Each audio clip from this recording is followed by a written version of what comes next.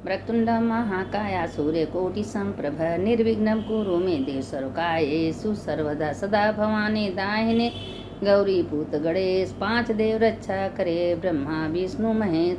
देखिए कल 9 बजे के बाद एकादशी आ रही है, वो 10वीं बेधा है, वो एकादशी अच्छा नहीं है, उसको आप लोग मत करिए। और जो सोमवार का एकादशी बहुत अच्छा है, वो एकादशी करने से 10,000 एकादशी का फल आपको मिलेगा। तो इसीलिए जब भी व्रत करिए सोमवार वाला करिए, रविवार वाला। देखिए थोड़ा सा भी अगर एकादशी है नहीं है, पूरा दिन द्वादशी है, वो व्रत करने का बहुत महिमा है। और जो थोड़ा सा ही 10वीं है, अगर एकादशी पूरी दिन पूरी रात, तो एकादशी व्रत मत करिए। साधु हो, संत हो, महात्मा हो, गृहस्थ हो, सबको पिछले वाला एकादशी दूसरे दिन वाला करना चाहिए, पहले दिन वाला किसी को नहीं करना चाहिए। हम एकादशी का व्रत करें और तपस्या करें, हमको कोई पुण्य का मतलब है। एकादशी व्रत अच्छा वाला करना चाहिए। और जैसे जब कल बाई चांस कोई व्रत रहेगा तो 1 बजे के बाद पारण करें, क्योंकि हर वासन में पारण करना नहीं चाहिए। और जो सोमवार को व्रत रहेगा वो 6 से 9 बजे के अंदर गुड़ तुलसी से पारण कर लेगा, सवेरे 6 से 9 बजे। तो वह अच्छा है कि ये अच्छा है। तो इसलिए जब भी आप लोग व्रत करिएगा दूसरे दिन वाला करेगा, उससे आप लोग की इच्छा भाई, जो हमको जानकारी है हम आप लोग से बता दे रहे हैं। अब देखिए कि आज विजयादशमी है। अब विजयादशमी का कथा सुनिए, बहुत सुंदर कथा है। पहले हम एक छोटा सा आप लोगों को गणेश जी का कथा सुनाने चाहते हैं कि गणेश जी का कथा सुनिए। कि एक राजा थे, वो अपने घर में लड्डू बना के रखे थे कि गणेश भगवान को भोग लगेगा। तो अब ये राजा की जो बहू थी उससे बर्दाश्त नहीं हुआ, वो सोची कि कौन देख रहा है। वो अपना घर में गई, लड्डू देख के उसके मुंह से पानी आने लगा, सारी लड्डू खा ली। खाने के बाद राजा पूछे भाई वो जो लड्डू हम लाए थे लाओ गणेश जी को भोग लगाने के लिए। तो कह रही कि लग रहा है कि कुछ लड्डू चूहा खा गया। अब राजा नहीं बोले, सोचे भाई खा गया होगा चूहा। अब चूहा सोच रहा है कि मैं तो लड्डू खाया नहीं, यही हमको झूठ लगा रही है। अब चूहा सोचा कि इसका तो बदला हम तुमसे, भले जानवर बोलते नहीं हैं लेकिन कुछ सब समझ में आता है। अब वो चूहा एक दिन क्या किया कि एक दिन कोई उसके घर में आया था और रानी का जो बहू थी उसका कपड़ा ले जाके चूहा वहाँ घिसरा के ले जाके रख दिया था। अब वहाँ सब लोग देखा, कहे तुम्हारा कपड़ा यहाँ कहाँ से आया? तो कहे कि हमको नहीं पता। अब सबको पता चली बच्चलन है, दुष्ट है, देखिए किसी के घर में जाती है। अब उस समय उसके बहू को लोग घर से निकाल दिए, जंगल में जाके अपना रो रही थी। तो अब आवाज़ हुआ कि भी कि तुम बिना जाने सुने किसी जानवर को दोष क्यों लगाई हो? आज वो चूहा को तुम दोष लगाई तो क्या गणेश जी बर्दाश्त करेंगे?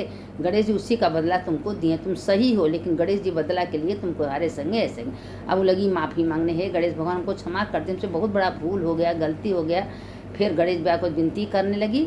अब आए के अपना पोल राजा से बता दी कि पिताजी हमसे बहुत बड़ा गलती हो गया था, लड्डू हमने खाया था, हम चूहा को कलंक लगाया, चूहा हमारे साथ ऐसे बदला लेने के लिए किया है। तो फिर राजा जब प्रमाण देखे तो माफ़ कर दिए, जैसे बहू को माफ़ किए उसे सबको माफ़ किए। बोलो गणेश भगवान की जय।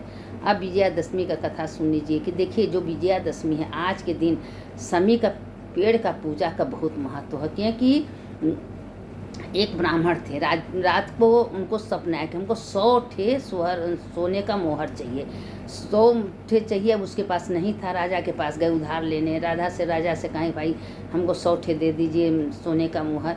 तो अब वो अपना दे दिया, राजा बड़ा खुश हुआ, ले जाके जो ब्राह्मण मांगा था उसको दे दिया। अब सोचने लगा कि हम उधारी कैसे देंगे, तो उधारी कैसे देंगे मन में सोच रहा था। तो उसके घर में बहुत बड़ा संत आए, कहें चिंता मत करो, तुम समी का पत्ती ले आओ, समी का पत्ती लाओगे तो उसको हम सोने का बना देंगे। जब वो समी का पत्ती तोड़ के लाया तो वो अपना सोने का बना दिया ऋषि। अब वो समी का पत्ती सोना हो गया। तो कहें कि ये समी का पत्ती का बहुत महिमा है। देखिए समी का पेड़ का दर्शन करना, परिक्रमा करना, भगवान भोलेनाथ को चढ़ाना। देखिए इसी आज के दिन समी के पेड़ पर जो अर्जुन थे अपना जो अस्त्र शस्त्र रखे थे तो इसीलिए वहाँ से उतारे तो उनका विजय प्राप्त हुआ। समी का महिमा आज बहुत है। जिसके घर में समी का पेड़ है, समी का दर्शन करता है, परिक्रमा करेगा, प्रदोष काल में समी के पेड़ के नीचे दिया जलाएगा, उसके घर का समस्त पाप तत्काल नष्ट हो जाते हैं। समी की बहुत महिमा। अब समी का पत्ती और इसी सोने का बना दिए थे। तो उसी समय जो है जब सोने का बन गया तो बड़ा खुश हुए। तो अपना रामचंद्र जी आए, रामचंद्र जी को वो सोने का मुहर जो था बन गया। तो रामचंद्र जी को अपने घर में बुलाई थी बूढ़ा। अब बूढ़ा जब बुलाई तो उनको पानी पीने के दी, खाना दी। तो भगवान जो हैं एक समी का पेड़ उसके घर में लगा दिया। अब उस समी का पेड़ जो है सोने का अपना रोज रोज मोती देने लगी। अब राजा को पता चला कि पेड़ तो राजा के घर में होना चाहिए, बूढ़ा के घर में नहीं होना चाहिए। राजा वो पेड़ अपने घर में मंगा लिए। जब मंगा लिए तो फिर वो कांटा हो गया। एक दिन रानी आंगन में जा रही थी, उनके पैर में कांटा धंस गया। लगी राजा से चिल्लाने, हमारे पैर में कांटा धंस गया। राजा सोचें कि अरे ये तो उनके घर में सोना दे रहे थे, हमारे घर में क्यों कांटा हो गया? क्योंकि रामचंद्र जी अपने हाथ से उस बूढ़ा के घर में लगाए थे, बूढ़ा के सेवा से। अब वो अपना फिर वो राजा क्या किए कि वो पेड़ जाके बूढ़ा के घर में लगा दी। जब बूढ़ा के घर में लग गया फिर उसमें से सोने का मोहर होने लगा। अब बूढ़ा पूरा देश गांव घर सबको राम के प्रसाद के समझ के सबको बांटने लगी। अब पूरे देश में हल्ला होने लगा, बूढ़ा भाई धनवान है, बूढ़ा सोने का मोहर सबको बांटती हैं। तो कहें देखिए भाई रामचंद्र जी का प्रसाद है, क्योंकि रामचंद्र जी पेड़ अपने हाथ से लगे। अब सबको लालच आ रहा था कि पेड़ हम अपने घर जिसके घर में जा रहा था पेड़ कांटा बन जाता था। सिर्फ वो पेड़ बूढ़ा के ही घर में सोना देता था और किसी के घर में, क्योंकि बूढ़ा की शक्ति भक्ति बहुत तेज थी। अब किसी का भक्ति किसी का शक्ति कोई चुराने का कोशिश करेगा तो क्या भगवान माफ़ करेंगे? अब भगवान रामचंद्र जी अपने हाथ से वो पेड़ लगाए थे, तो इसीलिए वो पेड़ का इतनी महत्व तो बढ़ गया था। देखिए अब हम द्वादशी का छोटा सा भी में कथा डाल दे रहे हैं। कथा देखिए लंबी थोड़ा है, लंबी हो जाएगी, तो इसलिए हम थोड़े में सब डाल रहे हैं। अब देखिए आप लोग कृपा करके जो पिछली कथा है पापा कुसा का हम फॉरवर्ड कर दिए हैं, सबको भेज दिए हैं। उसको आप लोग वही कथा है, कल आप लोग सुन लीजिएगा, परसों सोमवार को वही कथा सुन लीजिएगा।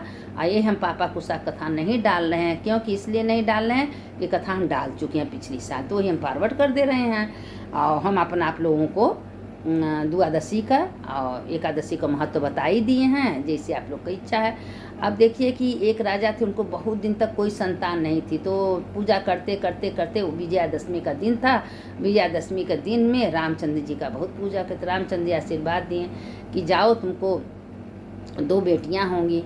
तो पहली बेटी जो हुई तो पंडित जी जब उसका कुंडली पत्रा देखे तो कहा तुम्हारी पहली बेटी तो बहुत अच्छी है, उसका भाग्य उसका कर्म बहुत अच्छा है, लेकिन जो दूसरी बेटी है उससे तुम भिखारी बन जाओगे, कुलक्षणी है, वो अच्छी नहीं है। तो अपना बड़े फेर में पड़े राजा, साल भरा दूसरी हो गई। तो कोई पंडित उससे बताए कि उसको बक्सा में करके समुद्र में बहा दो। वो ले गए, राजा उसको बहा दिए। और जो बड़ी बेटी थी वो भगवान का बहुत पूजा पाठ करने लगी। तो मिलते मिलते उसकी बहन जो है कहीं से मिल गई। तो इस दिन एकादशी था। एकादशी के दिन वो कही कि बहन तुम जाओ, एकादशी आज है, फल फूल ले आओ। गई फल फूल लाने, तो फल फूल की जगह कहीं मांस मछली का भोज होता, उससे जीभ चटोचट कर नहीं माना, वो खा लिया। अब उसकी बहन को पता चल गया, बदबू करने लगा। उसको श्राप दी थी, तुम गिरगिट मत रंग बदलती हो, एकादशी का दिन है, तुम मांस खाई हो। अब उसको श्राप दे दी, अब गिरगिट बन गई। जब गिरगिट बन गई तो घूमने लगी। घूमते घूमते घूमते एक दिन ऋषि के आश्रम में गई। जब ऋषि के आश्रम में गई तो एक वहाँ से ऋषि का जो शिष्य था बहुत दुष्ट था, उसके अंदर अहंकार था। वो खीर बनाए थे ऋषि भगवान को भोग लगाने के लिए।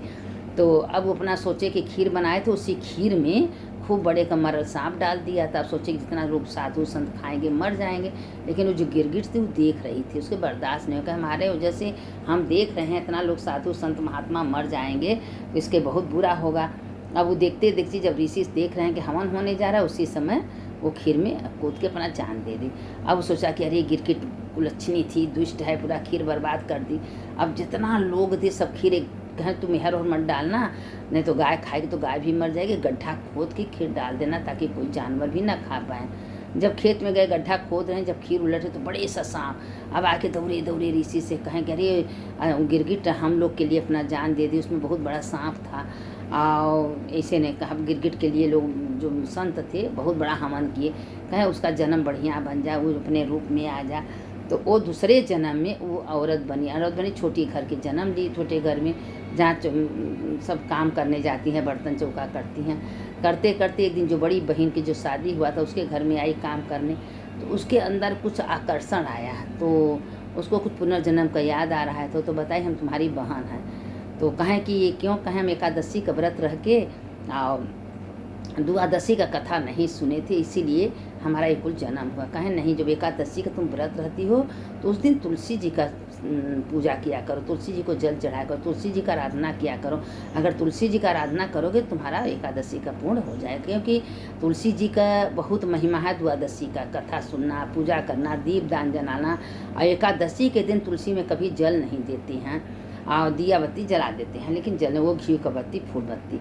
तो वो अपना कहीं की सही बात है, तो वह द्वादशी का फिर कथा सुनाई, और जब द्वादशी का कथा अपने बहन को सुनाई तो उसका फिर उसी तरह मुक्ति होगा। जैसे एकादशी का महिमा है कथा सुनने का, उसी तरह द्वादशी का है। एकादशी द्वादशी दोनों कथा सुनना चाहिए। जो इस कथा को सुनता है उसके ऊपर बाबा विश्वनाथ महादेव विष्णु भगवान कृपा करते। अब कुछ न रहे तो दिन भर राम रामेति रामेति रमे रामे मनोरमे सहस्रनाम ततुल्यम राम नाम बरानने। अब ये कथा सुनना चाहिए। देखिए इसमें द्वादशी का, विजयादशमी सब डाल दिए हैं। आप लोग सुन लिए एकादशी का कथा जो पिछले साल हम फॉरवर्ड कर दिए हैं, उसको कथा आप लोगों परसों सुन लीजिएगा। कल का एकादशी देखिए अच्छा नहीं करिएगा, आप तब नहीं बता सकते, लेकिन कल अच्छा नहीं, परसों मार वाला करिए। जब हमको करना है तो हम अच्छा करें, क्यों हम पिछले वाले करें भाई। और इसीलिए द्वादशी वाला करिए। अब मंगल को द्वादशी सवेरे पारण कर लीजिए, उसके बाद 2 दिन प्रदोष भी है। तो जो इस कथा को सुनते हैं उसके समस्त पाप तत्काल नष्ट हो जाते हैं। उसके हृदय में बाबा विश्वनाथ विराज होते हैं, रामचंद्र जी विराजमान होते हैं। जैसे भगवान रामचंद्र जी बूढ़ा के सबका दिन खुशियों से लौटाए, उसे सबको लाए। विजयादशमी का सबका विजय हो, सबका जय हो, और कथा सुनने वाले का भी जय हो, सुनाने वाले का भी जय हो। सदा भवानी दाहिने गौरी पूत गणेश, 5 देव रक्षा करें, ब्रह्मा विष्णु महेश मृत्युंजय महादेव। त्राहि माम शरणागति, जन्म मृत्यु जरा व्याधि पीड़ितम कर्म बंधनम। सुनने वाले की जय, सुनाने वाले जो कथा सुनता है उसका भी जय होता है, जो सुनाता है उसका भी जय होता है। आप लोग खूब मन से कथा सुनिए। हम तो आप लोग को जो हमको उल्टा सीधा भगवान ने करा रहे हैं, हम आप लोग को सुना रहे हैं। हर हर महादेव, हर हर महादेव।